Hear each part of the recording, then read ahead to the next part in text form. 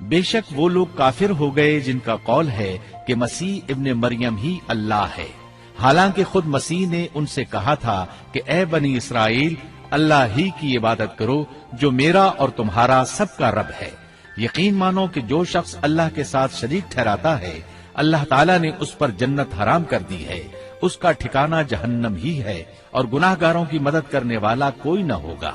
وہ لوگ بھی یقیناً کافر ہو گئے جنہوں نے کہا اللہ تین میں سے تیسرا ہے۔ دراصل اللہ تعالیٰ کے سوا کوئی معبود نہیں۔ اگر یہ لوگ اپنے اس قول سے باز نہ رہے تو ان میں سے جو کفر پر رہیں گے انہیں المناک عذاب ضرور پہنچیں گے۔ یہ لوگ اللہ تعالیٰ کی طرف کیوں نہیں جھکتے اور استغفار کیوں نہیں کرتے؟ اللہ تعالیٰ تو بہت ہی بخشنے والا اور بڑا ہی مہربان ہے۔ مسیح ابن مریم سوائے پیغمبر ہونے کے اور کچھ بھی نہیں۔ ان سے پہلے بھی بہت سے پیغمبر گزر چکے ہیں۔ ان کی والدہ ایک راست باز عورت تھی، دونوں ماں بیٹا کھانا بھی کھایا کرتے تھے۔ آپ دیکھیے کہ کس طرح ہم ان کے سامنے دلیلیں رکھتے ہیں، پھر غور کیجئے کہ کس طرح وہ پھرے جاتے ہیں۔ اللہ تعالیٰ نے ان آیات میں عیسائیوں کے عقیدے کا رد کیا ہے، کیونکہ وہ مریم اور عیسیٰ علیہ السلام کو بھی اللہ کا حصہ مانتے ہیں۔ سورہ اخلاص میں بھی ان کے عقیدے کا ان الفاظ میں رد کیا گیا ہے۔ آپ کہہ دیجئے وہ اللہ ایک ہے، اللہ بے نیاز ہے، نہ اس سے کوئی پیدا ہوا اور نہ وہ کسی سے پیدا ہوا، اور نہ کوئی اس کا ہمسر ہے۔ لوگوں نے جب مریم علیہ السلام پر تہمت لگائی، انہیں بدکار کہا، تب اللہ نے فرمایا، سورۃ النساء آیت 156 میں ہے، اور ان کے کفر کے باعث اور مریم پر بہت بڑا بہتان باندھنے کے باعث ہم نے ان پر لعنت کی۔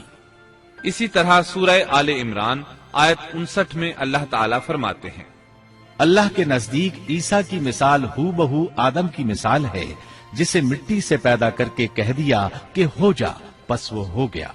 عیسائیوں کا مریم اور عیسیٰ علیہ السلام کے بارے میں یہ بہت بڑا جھوٹ ہے کہ عیسیٰ علیہ السلام اللہ کے بیٹے اور مریم اللہ کی بیوی ہیں۔ اللہ تعالیٰ سورہ مریم آیت 88 تا 95 میں فرماتے ہیں، ان کا قول تو یہ ہے کہ اللہ رحمان نے بھی اولاد اختیار کی ہے، یقیناً تم بہت بری اور بھاری چیز لائے ہو۔ قریب ہے کہ اس بہتان کی وجہ سے آسمان پھٹ جائیں اور زمین شق ہو جائے اور پہاڑ ریزہ ریزہ ہو جائیں کہ وہ رحمان کی اولاد ثابت کرنے بیٹھیں۔ شان رحمان کے لائق نہیں کہ وہ اولاد رکھے۔ آسمانوں اور زمین میں جو بھی ہیں سب کے سب اللہ کے غلام بن کر ہی آنے والے ہیں۔ ان سب کو اس نے گھیر رکھا ہے اور سب کو پوری طرح گن بھی رکھا ہے۔ یہ سارے کے سارے قیامت کے دن اکیلے اس کے پاس حاضر ہونے والے ہیں۔ اللہ تعالیٰ سورۃ الانعام آیت 101 میں فرماتے ہیں، وہ آسمانوں اور زمین کا موجد ہے، اللہ تعالیٰ کے ہاں اولاد کہاں ہو سکتی ہے، حالانکہ اس کی کوئی بیوی تو ہے ہی نہیں، اور اللہ تعالیٰ نے ہر چیز کو پیدا کیا ہے اور وہ ہر چیز کو خوب جانتا ہے۔ اسی طرح اللہ تعالیٰ سورۃ الزخرف آیت 81 میں فرماتے ہیں، آپ کہہ دیجئے کہ اگر بالفرض رحمان کی اولاد ہوتی تو میں سب سے پہلے عبادت کرنے والا ہوتا۔ مطلب یہ کہ تم بغیر کسی دلیل کے ایسی بات کہے جا رہے ہو۔ عیسیٰ علیہ السلام پرورش پاتے رہے، آپ کی پرورش بیت اللحم میں ہوئی۔ آپ نے بچپن ہی میں کافی علم حاصل کر لیا، کیونکہ آپ کو اور آپ کی والدہ کو اللہ تعالیٰ نے جہان والوں کے لیے اپنی قدرت کی نشانی ٹھہرایا ہے۔ اللہ تعالیٰ سورۃ المؤمنون آیت 50 میں فرماتے ہیں، اور ہم نے ابن مریم اور ان کی والدہ کو ایک نشانی بنایا اور ان دونوں کو بلند اور صاف قرار والی اور جاری پانی والی جگہ میں پناہ دی۔ علماء کہتے ہیں کہ مریم علیہ السلام بیت اللحم سے بیت المقدس کی طرف منتقل ہو گئیں۔ بیت المقدس کے پاس ایک اونچی جگہ تھی، اس میں پانی کا چشمہ بھی تھا اور پھل بھی تھے۔ عیسیٰ علیہ السلام بڑے ہو گئے، ان میں علم و حکمت اور اصلاح کی علامات واضح ہو رہی تھی، لیکن ابھی تک آپ کو نبوت نہیں ملی تھی، یہاں تک کہ آپ کی عمر 30 سال ہو گئی۔ تب اللہ تعالیٰ نے آپ کو انجیل عطا فرمائی۔ اس کے بعد آپ نے اللہ کے رسول کی حیثیت سے دین کی دعوت شروع کی۔ اللہ تعالیٰ سورۃ المائدہ آیت 46 میں فرماتے ہیں، اور ہم نے ان کے پیچھے عیسیٰ ابن مریم کو بھیجا جو اپنے سے پہلے کی کتاب تورات کی تصدیق کرنے والے تھے۔ اور ہم نے انہیں انجیل عطا فرمائی جس میں نور اور ہدایت تھی، اور وہ اپنے سے پہلے کی کتاب تورات کی تصدیق کرتی تھی، اور پرہیزگار لوگوں کے لیے سراسر ہدایت اور نصیحت تھی۔ اکثر مفسرین کا اس پر اتفاق ہے کہ عیسیٰ علیہ السلام کو 30 سال کی عمر میں انجیل عطا کی گئی، ساتھ ہی اللہ تعالیٰ نے انہیں عظیم معجزات عطا فرمائے۔ سورہ آل عمران آیت 48 اور 49 میں اللہ تعالیٰ فرماتے ہیں، اور اللہ اسے لکھنا اور حکمت اور تورات اور انجیل سکھلائے گا، اور وہ بنی اسرائیل کی طرف رسول ہوگا کہ میں تمہارے پاس تمہارے رب کی نشانی لایا ہوں۔ میں تمہارے لیے پرندے کی شکل کی طرح مٹی کا پرندہ بناتا ہوں، پھر اس میں پھونک مارتا ہوں تو وہ اللہ تعالیٰ کے حکم سے پرندہ بن جاتا ہے، اور اللہ کے حکم سے میں مادرزاد اندھے کو اور کوڑھی کو اچھا کر دیتا ہوں، اور مردے کو جلا دیتا ہوں، اور جو کچھ تم کھاؤ اور جو اپنے گھروں میں ذخیرہ کرو میں وہ تمہیں بتا دیتا ہوں۔ اس میں تمہارے لیے بہت بڑی نشانی ہے اگر تم ایماندار ہو۔ اس طرح عیسیٰ علیہ السلام بنی اسرائیل کی طرف مبعوث ہوئے۔ تمام نبی کسی خاص قوم کی طرف مبعوث ہوئے ہیں، جبکہ نبی اکرم صلی اللہ علیہ وسلم تمام انسانوں اور جنوں کے لیے رسول بنا کر بھیجے گئے۔ یہ آپ کی خصوصیات میں سے ایک امتیازی خصوصیت ہے۔ اللہ تعالیٰ نے عیسیٰ ابن مریم علیہ السلام کو عظیم معجزات عطا فرمائے۔ پیدائشی اندھا بینا ہو جاتا، کوڑھی کا کوڑھ دور ہو جاتا، برس والے کے جسم پر ہاتھ پھیر دیتے تو اس کا برس ختم ہو جاتا، مٹی کے پرندے بنا کر پھونک مارتے تو وہ اڑنے لگتے۔ لیکن سب سے بڑا معجزہ اللہ تعالیٰ نے آپ کو یہ عطا فرمایا کہ آپ نے اللہ کے حکم سے مردوں کو زندہ کیا۔ سورہ آل عمران آیت 50 اور 51 میں ہے، اور میں تورات کی تصدیق کرنے والا ہوں جو مجھ سے پہلے ہے، اور میں اس لیے آیا ہوں کہ تم پر بعض وہ چیزیں حلال کر دوں جو تم پر حرام کر دی گئی ہیں، اور میں تمہارے پاس تمہارے رب کی نشانیاں لایا ہوں، اس لیے تم اللہ سے ڈرو اور میری فرمانبرداری کرو۔ یقین مانو کہ میرا اور تمہارا رب اللہ ہی ہے، تم سب اسی کی عبادت کرو، یہی سیدھی راہ ہے۔ لوگوں نے تمام نشانیاں دیکھی لیکن پھر بھی کفر پر ڈٹے رہے، عیسیٰ علیہ السلام کی تکذیب کرتے رہے۔ اللہ تعالیٰ سورہ آل عمران آیت 52 میں فرماتے ہیں، مگر جب عیسیٰ نے ان کا کفر محسوس کر لیا تو کہنے لگے، اللہ کی راہ میں میری مدد کرنے والا کون ہے؟ حواریوں نے جواب دیا کہ ہم اللہ کی راہ کے مددگار ہیں، ہم اللہ پر ایمان لائے اور آپ گواہ رہیے کہ ہم تابعدار ہیں۔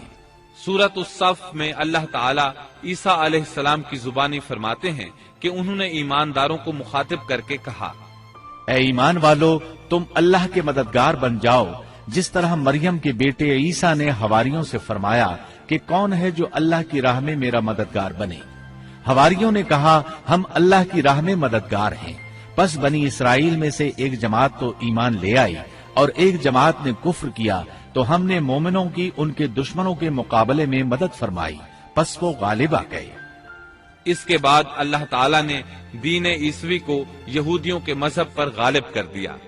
جب لوگوں نے کفر کیا اس وقت صرف حواری آپ پر ایمان لائے تھے، ان کی تعداد صرف 12 تھی۔ بعد میں دین عیسوی کو اللہ تعالیٰ نے مکمل طور پر غلبہ عطا فرمایا۔ حواری ایمان ضرور لائے تھے لیکن ان میں کسی قدر تردد تھا۔ اللہ تعالیٰ سورۃ المائدہ آیت 111 تا 115 میں فرماتے ہیں، اور جب میں نے حواریوں کو حکم دیا کہ تم مجھ پر اور میرے رسول پر ایمان لاؤ، انہوں نے کہا، ہم ایمان لائے اور آپ گواہ رہیے کہ ہم پورے فرمانبردار ہیں۔ وہ وقت یاد کے قابل ہے جبکہ حواریوں نے عرض کیا، اے عیسیٰ ابن مریم، کیا آپ کا رب ایسا کر سکتا ہے کہ ہم پر آسمان سے ایک خوان نازل فرما دے؟ آپ نے فرمایا کہ اللہ سے ڈرو اگر تم ایماندار ہو۔ وہ بولے کہ ہم یہ چاہتے ہیں کہ اس میں سے کھائیں اور ہمارے دلوں کو پورا اطمینان ہو جائے اور ہمارا یہ یقین اور بڑھ جائے کہ آپ نے ہم سے سچ بولا ہے اور ہم گواہی دینے والوں میں سے ہو جائیں۔ عیسیٰ ابن مریم نے دعا کی کہ اے اللہ، اے ہمارے پروردگار، ہم پر آسمان سے کھانا نازل فرما کہ وہ ہمارے لیے یعنی ہم میں جو اول ہیں اور جو بعد ہیں سب کے لیے ایک خوشی کی بات ہو جائے اور تیری طرف سے ایک نشان ہو جائے، اور تو ہم کو رزق عطا فرما دے اور تو سب عطا کرنے والوں سے اچھا ہے۔ حق تعالی نے ارشاد فرمایا کہ میں وہ کھانا تم لوگوں پر نازل کرنے والا ہوں، پھر جو شخص تم میں سے اس کے بعد کفر کرے گا تو میں اس کو ایسی سزا دوں گا کہ وہ سزا دنیا جہان والوں میں سے کسی کو نہ دوں گا۔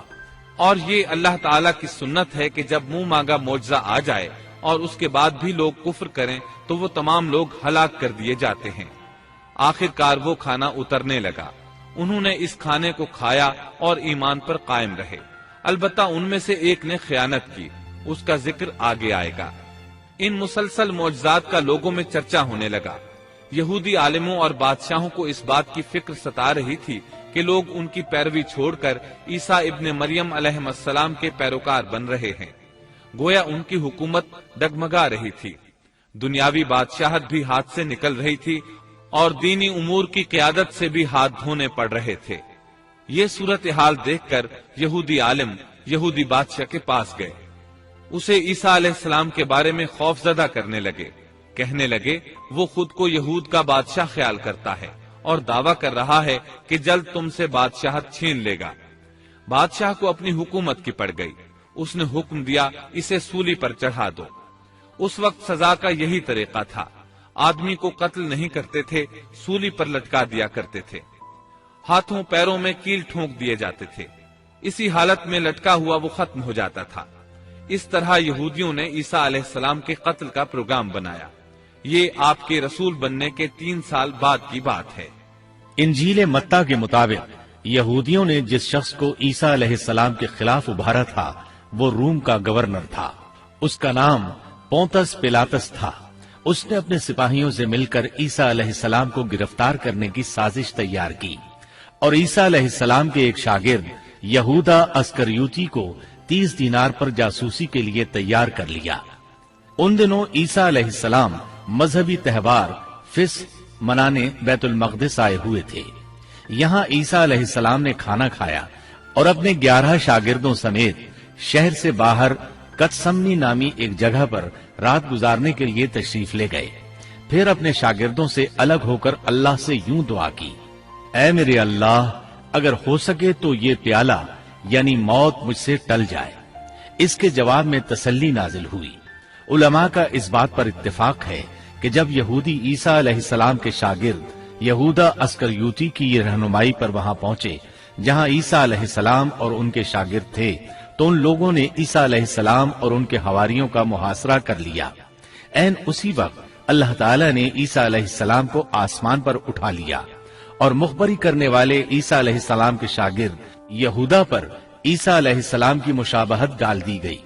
چنانچہ حکومت کے اہلکاروں، یہودیوں، حتیٰ کہ خود حواریوں نے بھی اسی کو عیسیٰ سمجھ لیا اور اسی کو لے جا کر پھانسی پر چڑھا دیا، جیسا کہ سورۃ النساء میں اللہ تعالیٰ فرماتے ہیں، اور اس وجہ سے بھی ہم نے ان پر لعنت کی کہ انہوں نے کہا کہ ہم نے مسیح ابن مریم جو کہ اللہ کا رسول ہے اسے قتل کیا ہے، حالانکہ نہ انہوں نے اسے قتل کیا اور نہ سولی دیا، لیکن ان کو شبہ پڑ گیا، اور جو لوگ اس میں اختلاف کر رہے ہیں وہ خود شک میں ہیں، انہیں حقیقت حال کا کچھ علم نہیں، محض ظن کے پیچھے لگے ہوئے ہیں۔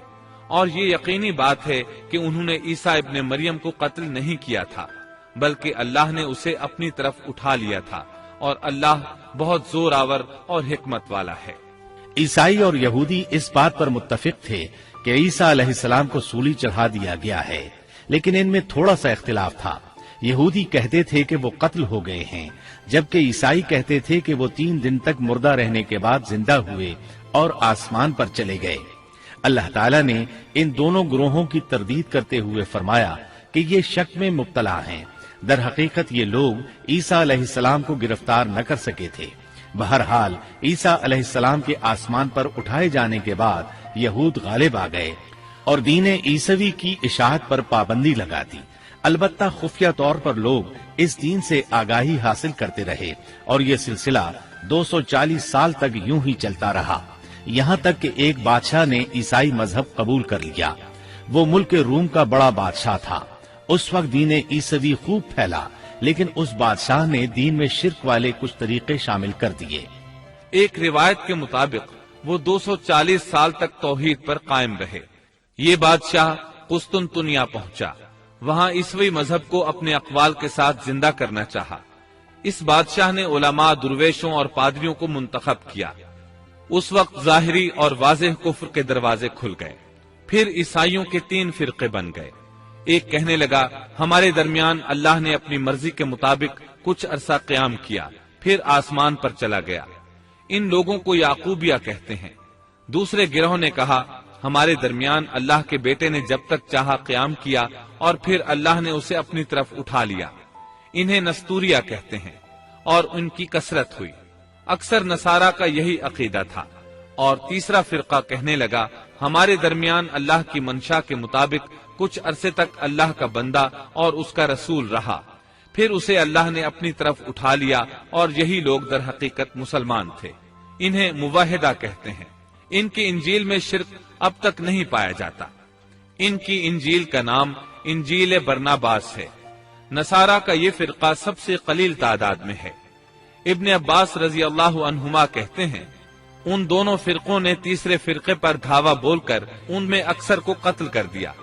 پھر اسلام اسی طرح تنہا، غریب اور کمزور رہا، یہاں تک کہ رسول اللہ صلی اللہ علیہ وسلم کی بعثت ہوئی۔ اللہ تعالی سورۃ الصف آیت 14 میں فرماتے ہیں تو ہم نے مومنوں کی ان کے دشمنوں کے مقابلے پر مدد کی، پس وہ غالب آ گئے۔ سورۃ النساء آیت 157 میں اللہ تعالی کا فرمان ہے اور ان کے یوں کہنے کے باعث کہ ہم نے اللہ کے رسول عیسیٰ ابن مریم کو قتل کر دیا، حالانکہ نہ تو انہوں نے اسے قتل کیا نہ سولی پر چڑھایا، بلکہ ان کے لیے وہی صورت بنا دی گئی تھی۔ یقین جانو کہ عیسیٰ کے بارے میں اختلاف کرنے والے ان کے بارے میں شک میں ہیں، انہیں حقیقت حال کا کوئی علم نہیں ہے، وہ محض ظن کے پیچھے لگے ہوئے ہیں۔ اتنا یقینی ہے کہ انہوں نے اسے قتل نہیں کیا۔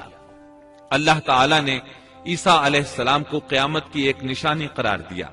سورۃ الزخرف آیت 61 میں ہے اور یقیناً عیسیٰ قیامت کی علامت ہے، پس تم قیامت کے بارے میں شک نہ کرو اور میری فرما برداری کرو، یہی سیدھی راہ ہے۔ قیامت کے قریب عیسیٰ علیہ السلام آسمان سے نازل ہوں گے، اور ان کا نزول اس بات کی علامت ہوگا کہ اب قیامت قریب ہے۔ عیسیٰ علیہ السلام اور نبی کریم صلی اللہ علیہ وسلم کے درمیان اور کوئی نبی نہیں ہے، اس لحاظ سے نبی کریم صلی اللہ علیہ وسلم لوگوں سے زیادہ عیسیٰ علیہ السلام کے قریب ہیں، جیسا کہ مسند احمد کی ایک حدیث میں ہے۔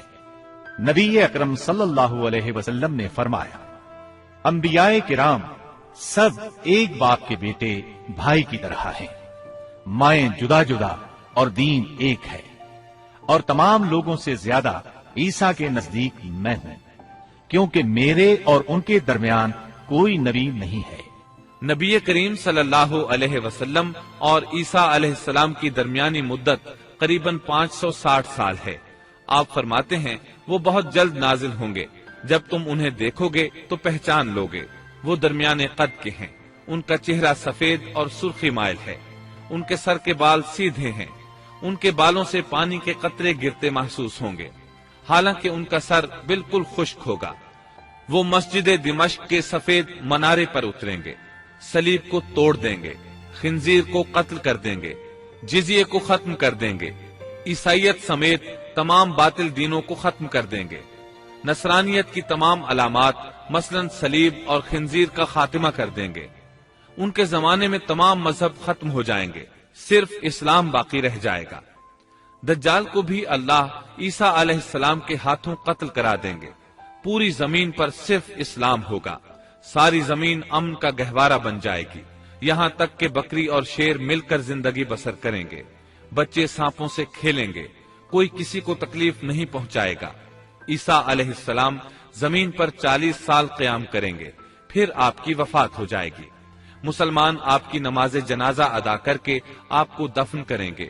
قیامت کے دن اللہ تعالیٰ ان سے فرمائیں گے، سورۃ المائدہ آیات 116 اور 117 میں ہے، اور وہ وقت بھی قابل ذکر ہے جب اللہ فرمائے گا کہ عیسیٰ ابن مریم، کیا تم نے ان لوگوں سے کہا تھا کہ مجھے اور میری ماں کو بھی اللہ کے علاوہ معبود قرار دے لو؟ عیسیٰ عرض کریں گے کہ تو پاک ہے، مجھے کسی طرح لائق نہ تھا کہ میں ایسی بات کہتا جس کے کہنے کا مجھے کوئی حق نہیں، اگر میں نے کہا ہوگا تو تجھے اس کا علم ہوگا، تو میرے دل کے اندر کی بات بھی جانتا ہے، اور جو کچھ تیرے نفس میں ہے میں اس کو نہیں جانتا، تمام غیبوں کا جاننے والا تو ہی ہے، میں نے تو ان سے اور کچھ نہیں کہا مگر صرف وہی جو تو نے مجھے حکم فرمایا تھا کہ تم اللہ کی بندگی اختیار کرو جو میرا بھی رب ہے اور تمہارا بھی رب ہے، میں ان پر گواہ رہا جب تک ان میں رہا، پھر جب تو نے مجھے اٹھا لیا تو تو ہی ان پر نگران تھا اور تو ہر چیز کی پوری خبر رکھتا ہے۔ اللہ تعالی اہل کتاب کو مخاطب کر کے سورۃ النساء آیات 171 اور 172 میں فرماتے ہیں، اے اہل کتاب، اپنے دین کے بارے میں حد سے نہ گزر جاؤ اور اللہ پر بجز حق کے اور کچھ نہ کہو۔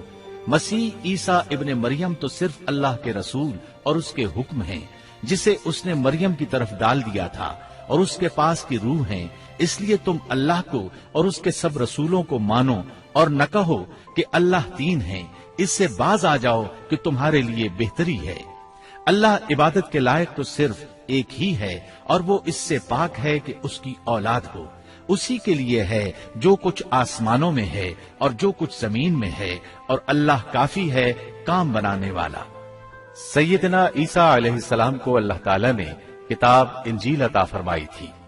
یہ کتاب بس تورات ہی کی درست شکل تھی، مطلب یہ کہ سیدنا عیسیٰ علیہ السلام کی بنیادی تعلیم اگرچہ تورات کے مطابق تھی، لیکن یہودیوں نے تورات میں رد و بدل کر دیا تھا، اس لیے اللہ تعالیٰ نے سیدنا عیسیٰ علیہ السلام کو انجیل عطا فرمائی۔ سیدنا عیسیٰ علیہ السلام کو نبوت ملی تو آپ نے ان سب کی اصلاح کی کوششیں شروع کی۔ اس وقت کے یہودی بھی 4 طبقات میں بٹ گئے تھے، ان کے عقائد وہ نہیں رہے تھے جو موسیٰ علیہ السلام نے انہیں دیے تھے۔ آپ نے ان سب کے عقائد کا جائزہ لیا اور ان کی اصلاح کے لیے اپنی زندگی وقف کر دی، لیکن ان بدبختوں نے آپ کی باتیں ماننے سے یکسر انکار کر دیا، نہ صرف یہ کہ تعلیمات کا انکار کیا بلکہ آپ کے دشمن بھی ہو گئے۔ سیدنا عیسیٰ علیہ السلام پر جو کتاب نازل ہوئی اس کا نام انجیل ہے، لیکن آج عیسائیوں کے ہاں 4 انجیلیں رائج ہیں۔ یہاں سوال یہ پیدا ہوتا ہے کہ موجودہ 4 انجیلیں وہی ہیں یا یہ سیدنا عیسیٰ علیہ السلام کے بعد تصنیف کی گئی ہیں؟ یہ ایک ایسا سوال ہے جو مدت سے سوال ہی چلا آ رہا ہے۔ عیسائی حضرات اس سوال کا جواب دینے سے قاصر ہیں۔ عیسائی عالم تک اس بات کا اقرار کرتے نظر آتے ہیں کہ ان میں سے کوئی ایک انجیل بھی مسیح علیہ السلام کی انجیل نہیں ہے اور نہ اس کا خالص ترجمہ ہے۔ موجودہ انجیلوں کے بارے میں عیسائیوں کے ہاں کوئی ایسی سند موجود نہیں جس کی بنا پر وہ کہہ سکیں کہ ان کی روایات کا سلسلہ سیدنا عیسیٰ علیہ السلام یا ان کے شاگردوں تک پہنچتا ہے۔ خود عیسائیت کی مذہبی تاریخ اس بات کی گواہ ہے کہ پہلی صدی عیسوی سے چوتھی صدی عیسوی کے شروع تک عیسائیوں میں 21 سے زیادہ انجیلیں الہامی یقین کی جاتی تھیں، لیکن 325 عیسوی میں ان میں سے 4 کو منتخب کر کے باقی کو غیر مستند قرار دے دیا گیا۔ 4 انجیلوں کا یہ انتخاب بھی کسی تاریخی یا علمی بنیاد پر نہیں کیا گیا تھا، بلکہ اس کے لیے ایک طرح کی فال نکالی گئی تھی۔ اس فال کو الہامی اشارہ سمجھ لیا گیا تھا۔ ان 4 انجیلوں میں متی کی انجیل سب سے قدیم گنی جاتی ہے۔ اس کے باوجود عیسائیوں کے پرانے عالم یہ بات تسلیم کرتے ہیں کہ یہ انجیل متی اصلی نہیں بلکہ اس کا ترجمہ ہے، اس لیے کہ اصل کتاب عبرانی زبان میں تھی جو اب ناپید اور ضائع ہو گئی ہے، اور موجودہ ترجمے کے بارے میں قطعی طور پر یہ نہیں کہا جا سکتا کہ یہ اصل زبان کا ترجمہ ہے، جبکہ مترجم کا نام تک معلوم نہیں اور نہ یہ پتا ہے کہ ترجمہ ہوا کے زمانے میں تھا۔ دوسری انجیل مرقس کی انجیل ہے۔ اس کے بارے میں مشہور عیسائی عالم پطرس گوماگ اپنی کتاب میں مرقس کے سوانح حیات پر لکھتا ہے کہ یہ نسلاً یہودی تھا اور عیسیٰ علیہ السلام کے حواری پطرس کا شاگرد تھا۔ جب رومیوں نے عیسائیت اختیار کر لی تو اس نے ان کے مطالبے پر یہ انجیل تصنیف کی۔ وہ سن 68 عیسوی میں